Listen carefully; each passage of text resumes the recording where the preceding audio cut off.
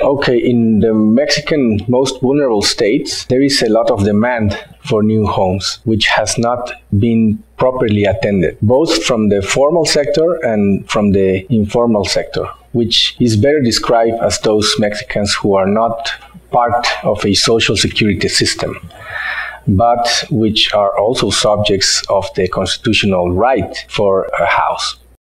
The industry provides over 450,000 million pesos each year, but that is on the formal sector. The truth is that each year more than 500,000 homes are built in a auto construction mode or fashion, and that is also bringing a lot of resources into the domestic economy, because all of them use concrete or cement and all the construction materials needed to build a new house.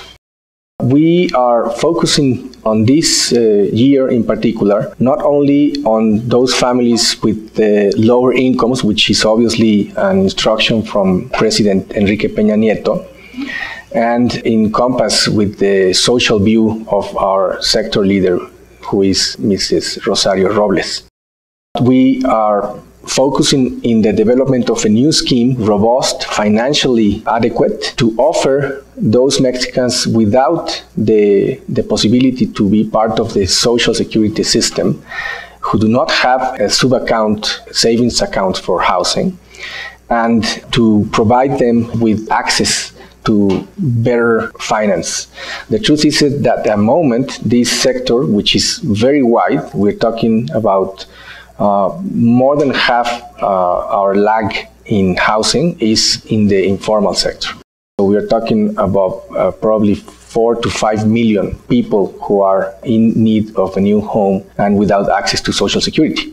It is a big sector for us, but it is a big market for whoever comes into this formula. Bringing sustainability solutions to social housing has been probably one of the better policies in place and properly executed and adopted by the industry so far. I think that we still have a long way to go. Right now we have different sustainable programs in different institutions. So we are already working in unifying to create the same criteria and standards toward sustainability in all institutions. I think that we are going to see a little bit more of the same in terms of large states in demand as Nuevo León or Jalisco building a lot of homes. We are going to see an interesting flourish of workers in the southern states, particularly Oaxaca, Campeche, Yucatan, and Tabasco. Since Infonavit has raised their amount of credit for all different salary for the working families in Mexico, we believe that will provide access to credit for a lot of families in the southern states. Things are going to change. We have heard already from the government in Mexico City that they're going to build at least 20,000 social homes in 2017. That is a big figure. We are very happy in the federal government to hear these sort of ambitions, and we'll try to help in any way we can so that that happens, because there has not been social housing in Mexico City, formal social housing, for decades. Congress approved last year the new law for human settlements and urban development. Now, since it's a general law, all the states, 32 entities in our country, are going to have to work on their own human settlements law. Another big challenge for the housing sector is that our law, the federal law for housing in Mexico, is going to be scrutinized.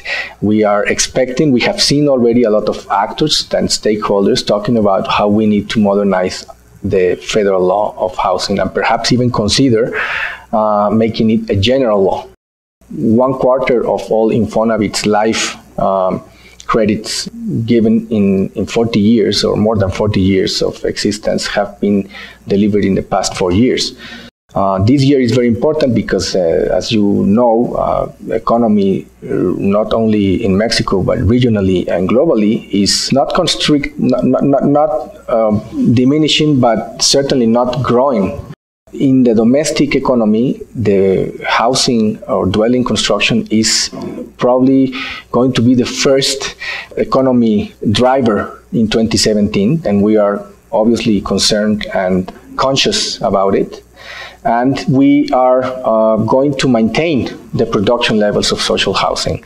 This is the new era of social housing in Mexico, attending that sector that has not been properly attended ever in the past.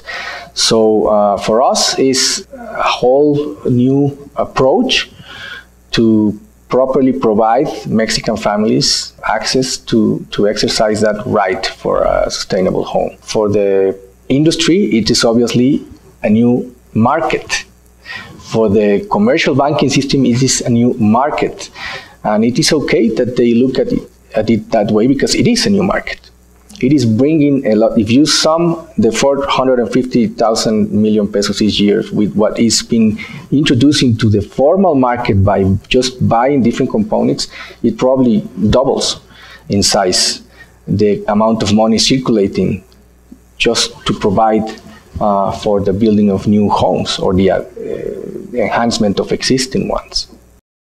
Only 4 years ago, there were few large companies building more than 60% of social housing, and now it is completely different. We have more than 800 companies building all the formal social homes.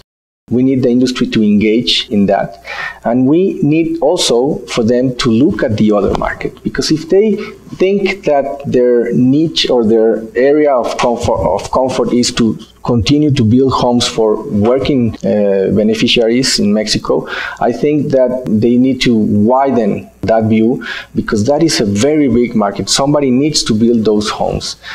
I see the opportunity to make driver changes, to attend these new sectors, to finally bring sustainability into an homologous system that works for everybody, to engage industry and other levels of government into the same public policy for social housing, and perhaps even lead the way to work with the Congress in a new law, general law for housing in Mexico. So yes, I mean, Mexico is called to be one of the most important economies in the years to come. It is not set by us. Of course, it is a goal that we do have as a society, but it is seen by international institutions globally. And cities are going to be, the Mexican cities are going to be the place where this economic growth happens, and they are not prepared. So it is very important that we are now working to prepare cities and our territory to become this economic power in the next years. We are one of the most urbanized countries in the world, definitely. And we have, I think, all the ingredients to make this in a short term. We need just to come as one, society, government, and of course the private sector.